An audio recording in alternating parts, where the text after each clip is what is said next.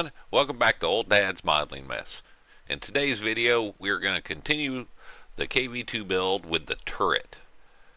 In this video, I am, as you see here, sanding and all that good stuff. Lots of fun, lots of fun.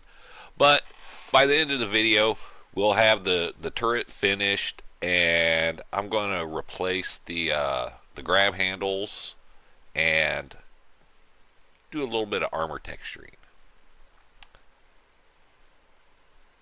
As I've said before in my other videos, I really enjoyed this one. I was looking forward to this build, and it has turned out to be, yeah, I really liked it a lot.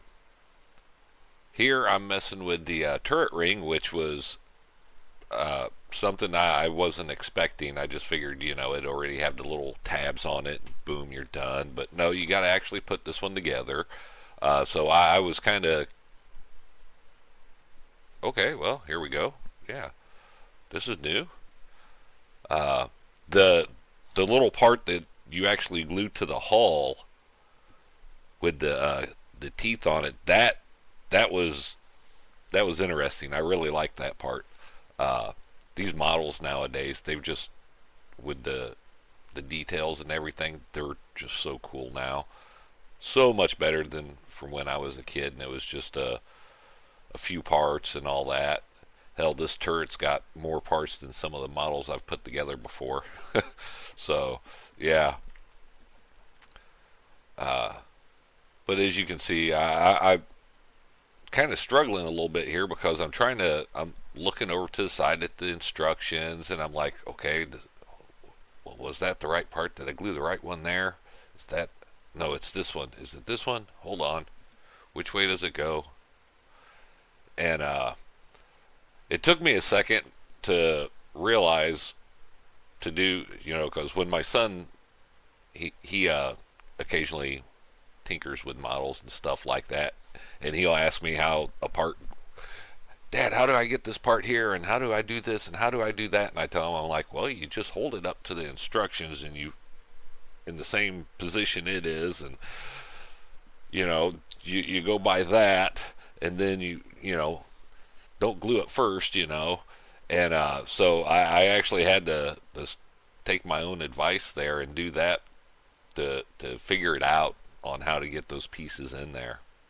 And in fact, I think I forgot one, and I remember it here in a little bit, I think. But this one, I really, really, really liked it. I've got the, I guess the granddad to this one now, the T35, and I'm really excited to put that one together, especially after this. I just, yeah.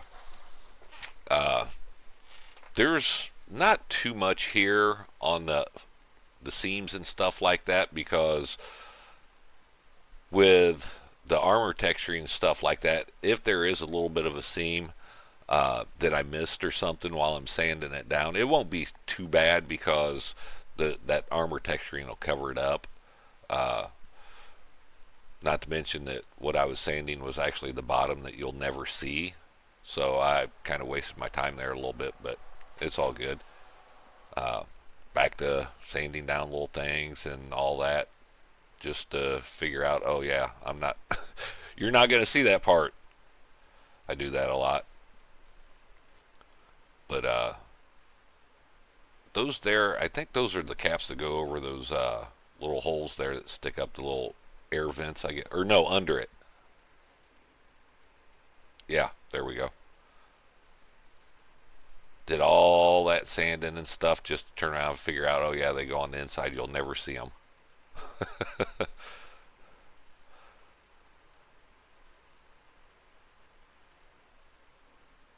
I still can't get over all the how good the weld seams are and stuff like that on this. This kit has just amazed me. Yeah, I cannot actually wait to to work on that T35 now after this kit here. I'm hoping that it's as good as this one. I doubt it. It's an older kit, but I'm really looking forward to it. I got some ideas on that one there. Maybe try to do something where you can see, because it's the T35 has the engine and transmission in it, but when I did the what's in the box video, as I looked around and stuff like that, if you set the top of the hull down on the sides of the hull, you get two little bitty spots where you can see into the engine compartment and stuff like that. And for me, it's a waste to have the engine and transmission and not really be able to see it. So I've got to figure out a way to open that up without destroying it or completely just ruining the model, because there's no sense having all that detail not to see it. So right now my thoughts are, maybe I will there's a fan back there that goes over the transmission area, and there's a hatch that covers that. So I'm thinking of putting like a hinge on the hatch and then attaching the fan to the hatch, so you can open that rear hatch up and then you can see down into the engine compartment. I don't know how well that'll work, but it's got to be better than what's going on with it now.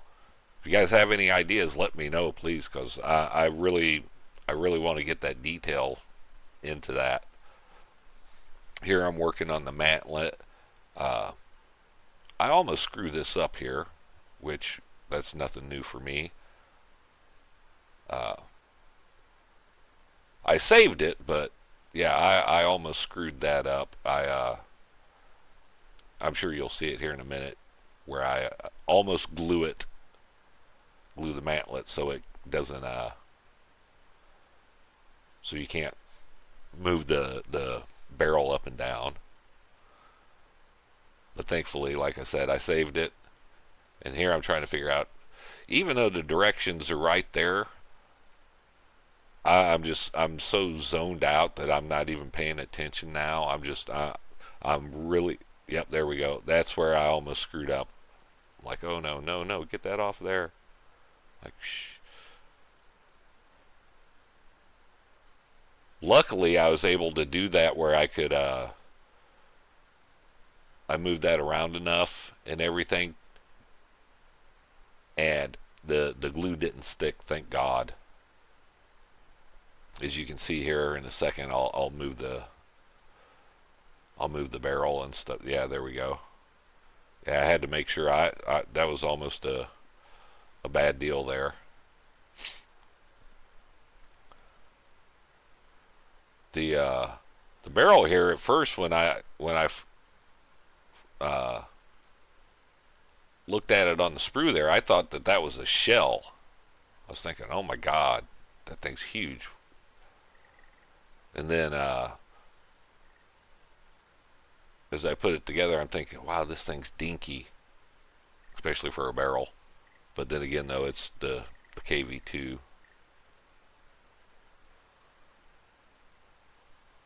There we go. And here we go. I'm getting ready to take some wire here. And I use my photo etch thing there to bend my stuff for my grab handles and stuff like that, because the way that I've got a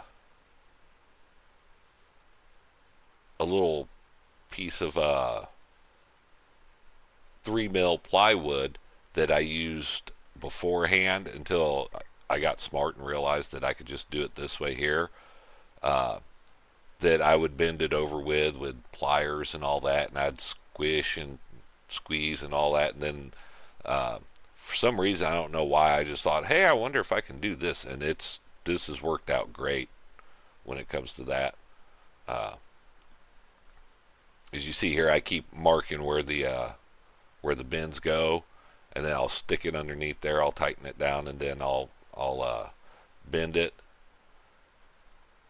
I think I probably,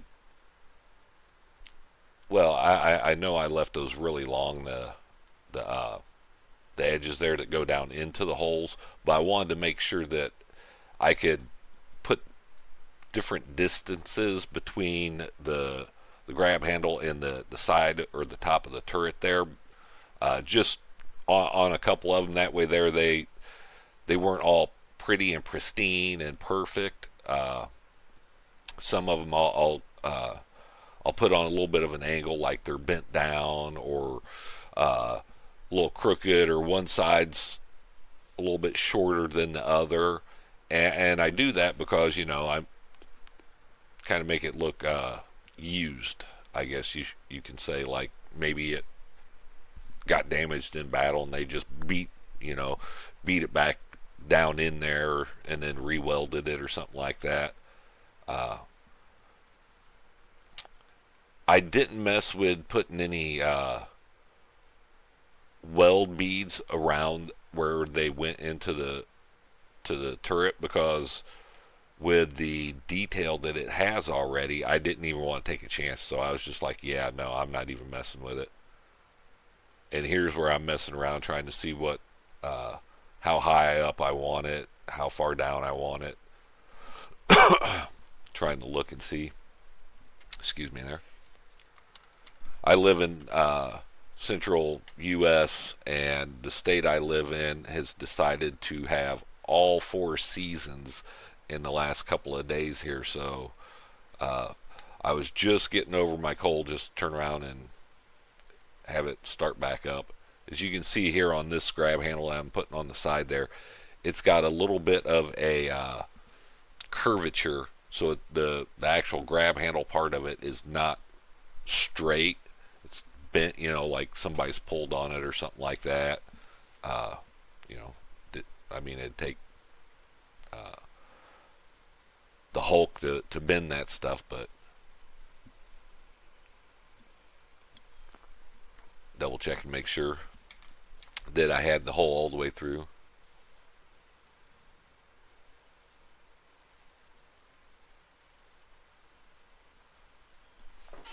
Now I just got to do the other side, and that little bitty, whatever that handle was there in the back, that thing is T9C. So yeah, right here, I just said, the hell with it, I'm just going to use my tweezers, because this was a different size wire here.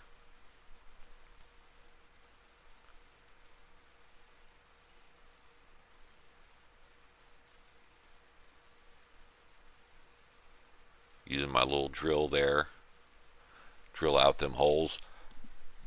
The funniest part about it is that's my smallest drill bit, and this wire is smaller than that. So I don't know if I can get any smaller or not. I think that's a 1 millimeter drill bit. I don't know. Whatever the smallest one is that comes with those kits, those little drill bits there. They need to make smaller ones. Not that that would do me any good, because I'd probably break it.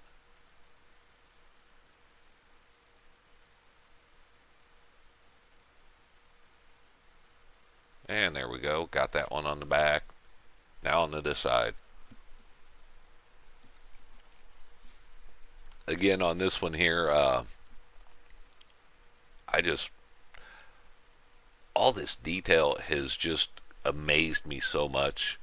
Uh, I tried to, here when I start to armor texture this, I tried to stay away from the weld seams as best as I could, because I didn't want to mess up that detail. But she came out really nice. I like it. I really can't wait. I did add some stuff to it later on, as you'll see when I get to the painting and stuff like that. I added some tracks on it, and those couple of little holes there on the side and stuff like that. I put some caps on them to cover them up, just to make it look just a little bit more like it's been used.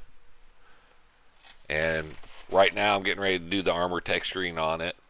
If you guys don't know yet, one of those little things for your SD card on your phone works great to unplug the tips of paint bottles and Tamiya putty tubes.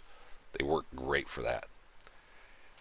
Even though this kit has texturing on it, I'm just putting on a nice light coat. You can still see where there's some a little bit of the green showing through, so I'm not overdoing it or anything like that. I'm going really nice and light. I'm trying to keep it as good as I can because I don't want to.